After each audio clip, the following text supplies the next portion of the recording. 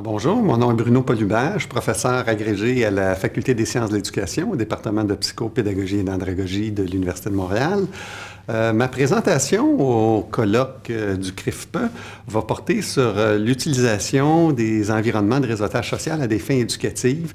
C'est un projet de recherche qu'on a mené en collaboration avec 3 partenaires, avec le Cégep à distance, avec la TELUC et avec aussi Thierry Anderson à l'Université Athabasca.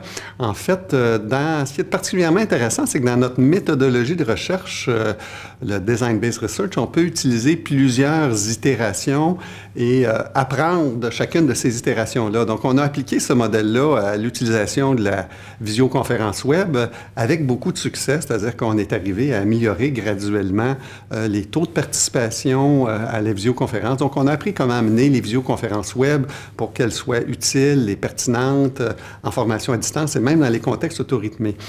On a voulu faire la même chose avec les environnements de réseautage social et là, on est plus aux phases préliminaires. On se rend compte que les taux de participation à l'environnement de réseautage social sont un peu décevants par rapport à nos attentes, mais finalement assez cohérents par rapport aux intentions déclarées par les étudiants. Beaucoup d'étudiants vont voir ce qui se passe dans l'environnement de réseautage social, mais ne deviennent pas nécessairement des utilisateurs fréquents. Alors, on a questionné les utilisateurs pour voir un peu quelle distinction on pouvait faire entre les utilisateurs fréquents, ceux qui ne viennent pas du tout, et ceux qui viennent que quelques fois. Et on s'est rendu compte qu'il y avait peut-être un certain nombre de choses assez importantes à considérer. En réalité, on s'est rendu compte premièrement que ceux qui viennent le plus souvent viennent parce qu'ils trouvent soit de l'utilité, soit de l'intérêt. Donc, des éléments liés à la composante motivationnelle valeur.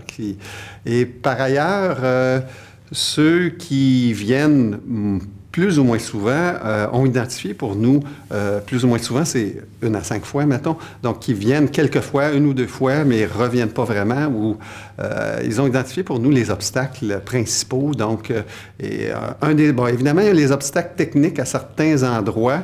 Il y a aussi l'obstacle principal qui était le manque de participation des autres étudiants. Donc, les réseaux sociaux, c'est un peu comme... En fait, c'est un peu comme essayer de partir son char en hiver quand il fait moins 40. C'est un peu comme les électrons d'une batterie. S'il n'y en a pas assez qui s'activent, la batterie en entier ne s'activera pas. Puis paradoxalement, on appelle ça le cold start problem ou le démarrage à froid, donc d'où mon exemple de la batterie. Donc, partir les choses dans un environnement, dans un réseau social, ça implique qu'il y a une masse critique de participants qui ont des activités visibles. Donc, ça... Je vais recommencer celle-là. Juste un petit bout. Ouais, repars avec ton exemple de voiture. Donc, alors c'est un peu comme... Attends, excuse-moi, c'est moi qui fais du bruit. OK, continue. Alors, c'est un peu comme... problème de démarrer une voiture en hiver quand il fait moins 40 et que l'auto n'est pas branché. Les petits électrons, il y en a quelques-uns qui s'agitent, mais s'ils ne s'agitent pas tous ensemble, la voiture ne démarre pas. Et on appelle ça justement problème de démarrage à froid ou cold start problem, un classique des réseaux sociaux. Donc, ça prend une masse critique dans les réseaux sociaux qui aura des activités visibles pour les autres pour faire en sorte que les autres puissent être intéressés à participer. Ça, c'est un premier obstacle. Comment trouver une façon de faire en sorte que les activités seront facilitées, seront valorisées. Et ensuite, l'autre chose dont on se rend compte, c'est qu'il y a quand même tout un courant d'activités plus important qu'on pensait. C'est-à-dire qu'il y a beaucoup de gens qui n'affichent pas de photos, rien dans leur profil, mais ils vont quand même voir 2, 3, 4, 5 fois. Donc, il y a un comportement de badaudage. On appelle ça lurkers en anglais, ou lurking. Donc, on retrouvait ça dans la littérature, sur les forums de discussion, mais ça se fait beaucoup sur les réseaux sociaux, peut-être même encore plus. Donc, le comportement de badaudage est finalement un comportement normal dans l'appropriation des réseaux sociaux. Donc, on va voir un peu qu'est-ce qui se passe avant de s'engager dans quelque chose de plus visible.